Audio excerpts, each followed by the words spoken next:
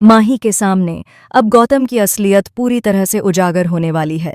जिस गौतम को उसने एक आदर्श पति समझा, वही असली रूप लेकर खड़ा है। माही ने देखा कि उसके पति के अंदर सिर्फ मासूमियत या आदर्श पति नहीं, बल्कि चालाकी, सत्ता और अपने उद्देश्य को पाने की ठोस योजना भी छिपी हुई है। पूरा कोठारी परिवार अब गौतम के इशारों पर नाच रहा है। राही और प्रेम जैसे काम के सिलसिले में बाहर जाते हैं, लेकिन घर के भीतर मोटीबा और पराग राही को फिर से घरेलू कामों में उलझा देते हैं। माही सोचती है कि शायद अब राही कभी अपने सपनों की पढ़ाई पूरी नहीं कर पाएगी। माही की चिंता और बढ़ती है जब वह महसूस करती है कि राही ने तो ग्रेजुएशन तक नहीं की है, 12वीं भी अधूरी है। मोटीबा बिना किसी रुके कहती है, इसमें भी तुम अपनी माँ जैसी हो, पढ़ाई लिखाई कुछ नहीं सीखी, हमेशा दूसरों के इशारों पर चलोगी। लेकिन यही समय है जब माही के भीतर अपनी ताकत को पहचानने की आग जल उठती है। वह समझने लगती है कि गौतम केवल प्रार्थना और अंश को पाने के लिए खेल खेल रहा है, और अब उसने माही को भी अपने जाल में फंसाने की योजना बना ली है। माही को लगने लगता है कि जैसे उसके सामने कोई देवता है, लेकिन यह देवता वास्तव में एक चालाक शिकारी है। गौतम ने प्रार्थना और अंश को अलग करने की चाल पहले ही चला दी है, और अब उसका अगला कदम माही पर हमला करना है। वह धीरे धीरे माही को मानसिक रूप से तोड़ने लगता है, उसे भ्रमित करता है, उसे अपने इशारों में लाने की पूरी कोशिश करता है। माही को लगता है कि शायद उसने जो भरोसा किया वह उसकी सबसे बड़ी गलती थी। लेकिन माही भी कम नहीं है।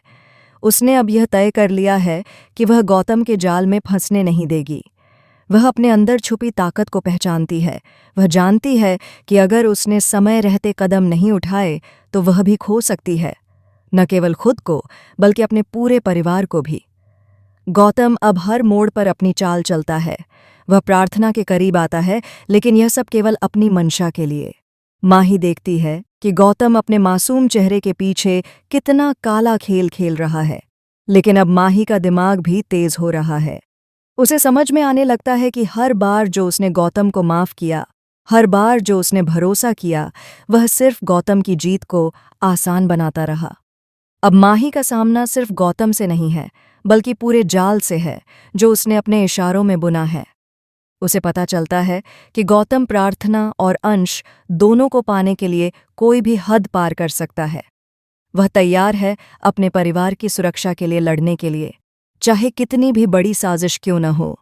लेकिन जैसे ही माही अपने कदम उठाने लगती है, गौतम एक और बड़ा ट्विस्ट ले आता है।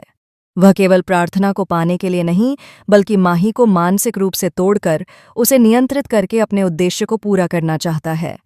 अब माही को पता चलता है कि उसके सामने अब तक का सबसे खतरनाक और अंधेरा रूप है, ऐसा रूप जिसे देखकर दिल में डर और गुस्सा एक साथ उठता है। माही अब यह तय करती है कि चाहे जो भी हो, वह हार नहीं मानेगी। लेकिन क्या वह वास्तव में गौतम की चालों को भांप पाएगी? क्या वह अपने परिवार को उसकी चालाकी और डराने धमकाने की साजिश से बचा पाएगी? जैसे जैसे कहानी आगे बढ़ती है, हर एपिसोड में नया ड्रामा, नया धोखा और नया ट्विस्ट देखने को मिलेगा।